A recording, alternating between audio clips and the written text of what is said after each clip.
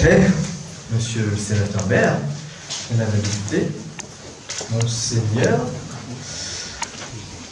Monsieur le conseiller régional, Madame la vice-présidente du conseil départemental, Monsieur le conseiller départemental, Monsieur l'architecte en chef des monuments historiques, Madame l'architecte des bâtiments de France, Monsieur le délégué régional de la Fondation du patrimoine, Mesdames et Messieurs les chefs d'entreprise, Monsieur le maître verrier, Mesdames et Messieurs les élus de France et de Belgique, Mesdames et Messieurs les présidents d'associations, Mesdames et Messieurs, chers amis.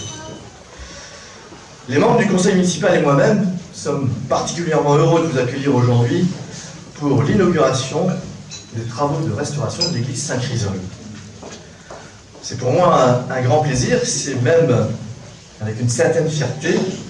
Je vois aboutir un chantier qui aura duré plus de 6 ans et qui aura nécessité, vous devez vous en douter, une grande volonté et beaucoup d'énergie. Je vous épargne l'histoire complète de l'église de Comines qui remonte au plus profond des racines de notre cité, évangélisée, comme l'ensemble de la vallée de la Lys, au IVe siècle de notre ère par saint Chrysole. Saint qui, plusieurs années plus tard, à la Révolution, lui donnera son nom.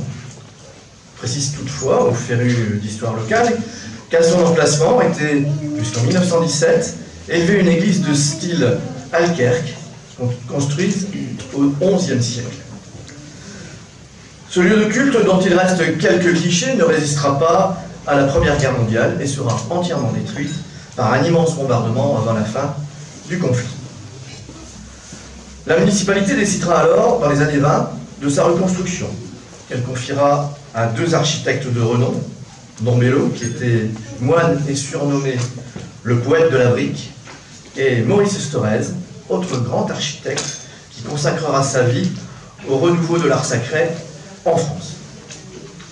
Contre toute attente, les 2 hommes décident de construire un lieu de culte résolument nouveau, dans sa forme, avec un style inhabituel dans notre région, mais aussi dans sa conception, avec l'utilisation de techniques novatrices pour l'époque, et notamment l'emploi du béton. Si l'usage de ce matériau innovant au début du XXe siècle permettra l'installation par exemple d'immenses vitraux ou la création d'arcs de grande portée, il aura néanmoins le grave défaut de ne pas résister aux affres du temps et au climat relativement peu clément sous nos latitudes. Ainsi, 80 ans après sa consécration, en 1919, saint Chrysole, victime de la carbonatation du béton et de graves problèmes d'étanchéité, est très endommagée et devient même dangereuse pour les paroissiens. La chute de morceaux de béton sur des personnes imposera la pose d'un filet sous les coupoles et la nef. Sa démolition est alors envisagée à temps par le conseil municipal. L'église sera sauvée de la destruction par son classement au monument historique en 2002 et à la volonté des Cominois de la conserver, manifestée au travers d'une sorte de référendum organisé par la municipalité. C'est en juillet 2009 que le conseil municipal décidera du lancement des travaux qui débuteront 2 ans plus tard, en 2011, il y a donc 6 ans. La visite que nous venons d'effectuer ensemble montre, comme le dit l'expression, que le jeu en valait la chandelle. Au terme de ce qui peut être qualifié de longue, parfois éprouvante, mais si passionnante aventure, saint Chrysole revit. Elle a retrouvé les perspectives, les volumes, les couleurs, l'ambiance imaginée par ces 2 architectes. Remettre les lieux dans leur état d'origine a été constamment notre ligne directrice. Ainsi, les vitraux, dont certains avaient dû être déposés pour éviter qu'ils ne se brisent avec la lente déformation des meneaux, ont à nouveau retrouvé tout leur éclat et leur magnifique couleur grâce au travail de Luc Benoît-Brouard, maître verrier d'exception, connu bien au-delà de notre région, de notre pays et même d'Europe, tant sa réputation est grande. Grâce également aux donateurs qui ont participé à la souscription lancée par la ville de Comines et la Fondation du patrimoine. De nombreuses personnes, nous venons de dévoiler la plaque qui porte leur nom, ont répondu à cet appel qui a permis de récolter 16 500 €, somme qui a été abondée d'autant par la Fondation du patrimoine représenté aujourd'hui par M. Delcourt, son délégué régional Hauts-de-France, qu'elle en soit remerciée. Le béton a lui retrouvé sa solidité. Les toits en terrasse sont maintenant étanches. Les 55 000 carreaux de faïence recréés spécialement pour Saint-Chrysole ont été reposés sur le dôme, le clocher et le dépositoire.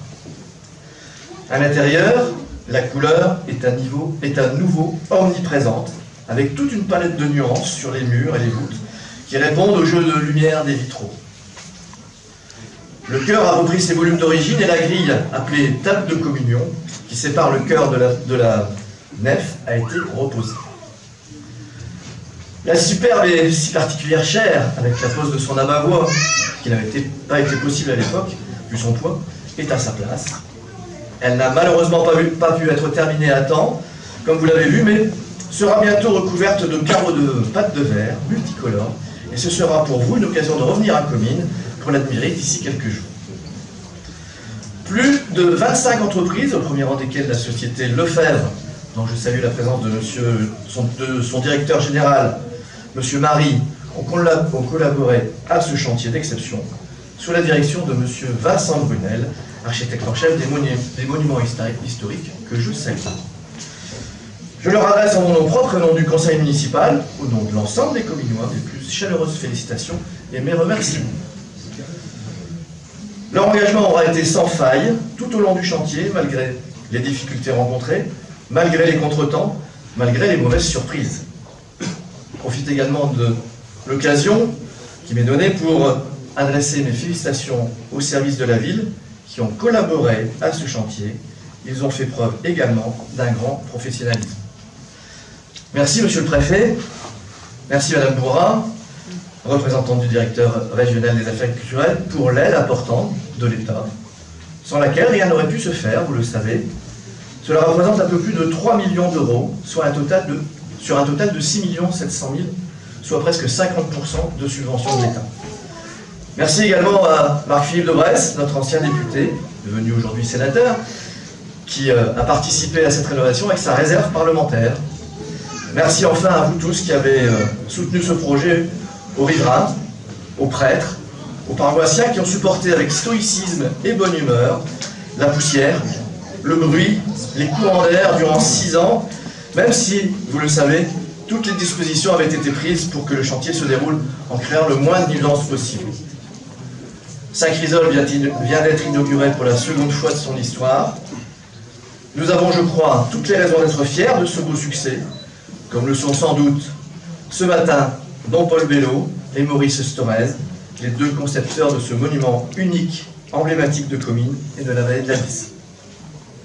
Et à l'heure où la Melle vient d'être désignée capitale mondiale du design pour 2020, il nous reste maintenant 2 ans pour offrir à nos 2 monuments exceptionnels que sont l'église Saint-Chrysole, bien sûr, mais aussi l'hôtel de ville, un écrin, une place digne de ce nom pour les mettre en valeur.